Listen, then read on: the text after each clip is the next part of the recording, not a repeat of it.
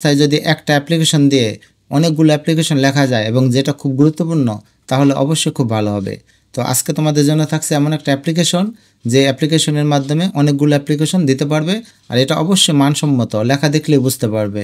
আর এই অ্যাপ্লিকেশনটা অনেক গুরুত্বপূর্ণ। দেখো, computer club, literary club, debating club, English language club, science club বা যে কোনো ধরনের ক্লাব বা এ সংক্রান্ত যে ধরনের প্রশ্ন বা স্পিকিং ক্লাব বা speaking course, English language course, সব ধরনের যে অ্যাপ্লিকেশন এটা দিয়ে লিখতে পারবে।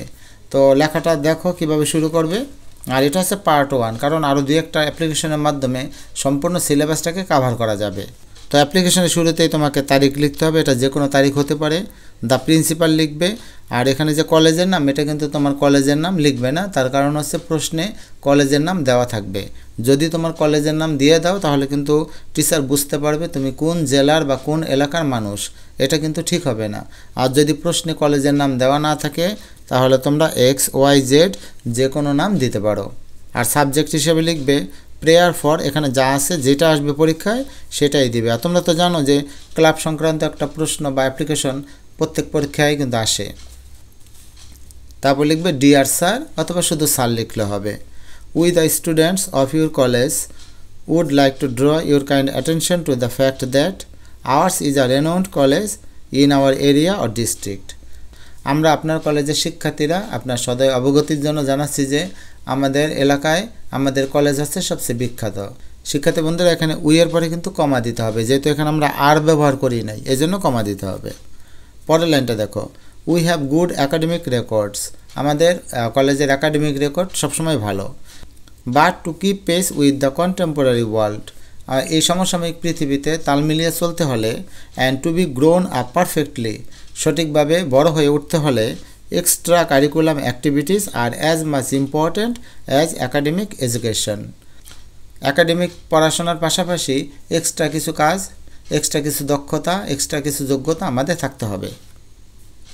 For this end in view we would like to have আর এই কারণেই এখানে যে শূন্যস্থান আছে এটা আমরা ধরে নিলাম কম্পিউটার ক্লাব আসছে, এটা লিখব, বা যেটা আসে সেটা লিখবে।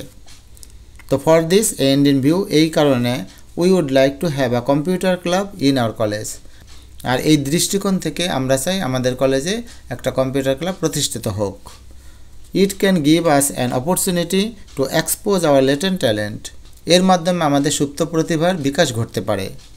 মোর ওভার, এছাড়াও it will uplift the reputation of our college, এর ফলে আমাদের যে কলেজের সুনাম আরও বৃদ্ধি পাবে।